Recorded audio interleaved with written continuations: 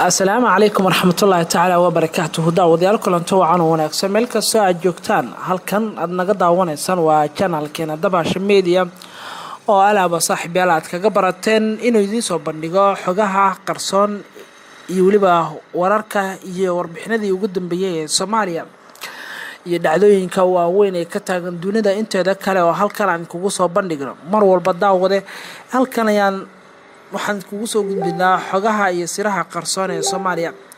saaxiibada ku cusub channelkeena waxaan leenahay fadlan soo dhawow subscribe si aad ula socoto xogaha iyo waliba warbixinada qarsoon aan soo gelinayo sidoo kale gambaleelkana riix si aad u hesho mar walba warkaan soo gelinayo waxaan eegaynaa markan xaaladda magaalada Muqdisho iyo waliba wararkii ugu dambeeyay qabanqaabada soo dhaweynta madaxweynihii hore ee Soomaaliya Shariif Sheekh Axmed oo lagu wado saacadaha soo socda ama maalinta Khamiista baynu soo gaaro magaalada Muqdisho waxaana Muqdisho laga dareemayaa qabanqaabada iyo soo dhaweyntiisa dowladda uu hogaamiyo madaxweyne Maxamed Cabdilaahi Farmaajo ayaa asna dhankiisa waxa uu la kulmay culays siyaasadeed oo aad u xoogan oo markan kaga imaanaya xubnaha dowladda ka soo horjeeda u badan xisbiyada mucaaradka sidoo kale waxa culays xoogan oo la kulmaya xubnaha xildhibaanada baarlamaanka ka tirsan gaar ahaan xubnaha u badan mucaaradka waxa kale culays siyaasadeed markan uu la kulmaya xubnaha kale ee madaxda dowlad goboleedyada oo ayna isbahaysi siyaasadeed ka wada magaalada Nairobi ee dalkaasi Kenya dhammaanba xogahaas ayaan idin soo gudbin doonaa saan ku hormaro xogta la xiriirta imaatinka Muqdisho oo ku soo wajahaya madaxweynihii hore Shariif Sheekh Axmed sida ay xogta ku heshay shabakada wararka ee Dabaasha Media madaxweynihii hore ee Soomaaliya Shariif Sheekh Axmed ayaa lagu wadaa inuu soo gaaro magaalada Muqdisho dabiiqada toddobaadkan Shariif Sheekh Axmed ayaa lagu wadaa in maalinta Khamiista ah oo taariikhda ay ku beegan tahay 25 Abriil inuu soo gaaro magaalada Muqdisho caasimadda Soomaaliya oo diyaargarowga lagu soo dhaweynayo Shariif ayaa ka soconaya magaalada Muqdisho iyadoo soo dhaweyntiisuna ay u diyaariyeen ay diyaarinayaan xubnaha xisbiga himilo qaran oo hogaamiyo Shariif wararka ayaa sheegaya in ujeedka safarka Sheekh Shariif Sheekh Axmed ee Muqdisho uu yahay in shirweynaha xisbiga himilo qaran oo qabanayo Muqdisho kaas oo lagu dhisayo xubnaha golaha fulinta ee xisbigaasi Shariif ayaa looga adkaaday doorashadii dhacday 2017 waxa uu isku diyaarinayaa markii saddexaad inuu diyaargarow xoog leh u galo tartanka doorashada 2021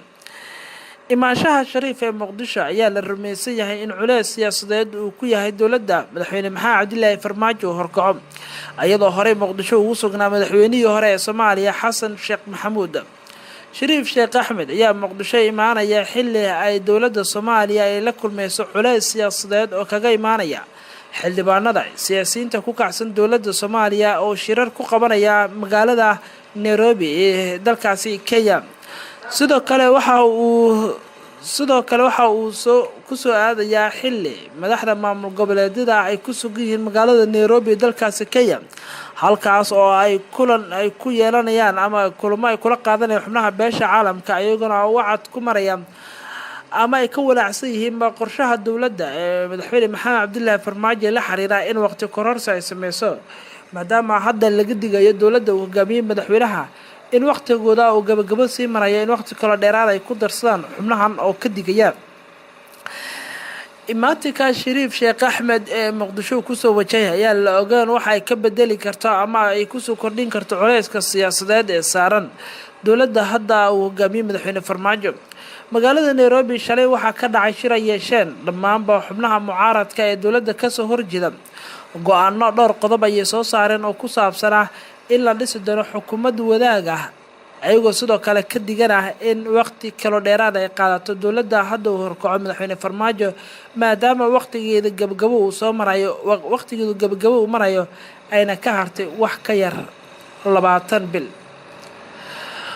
wararkeena intaas ayaa saaxiibayaal ku soo gabagabeynayna daawadayaal haddii aad nagu cusub tahay fadlan subscribe channelkeena gambaleelkana furo si aad mar walba halkan aad kugu soo gudbino xogaha qarsoon siraha iyo waliba warbixinada gaarka ee channelkeena aan ku soo bandhigno waana Maxamed Abubakar Dabaashe nabadgelyo.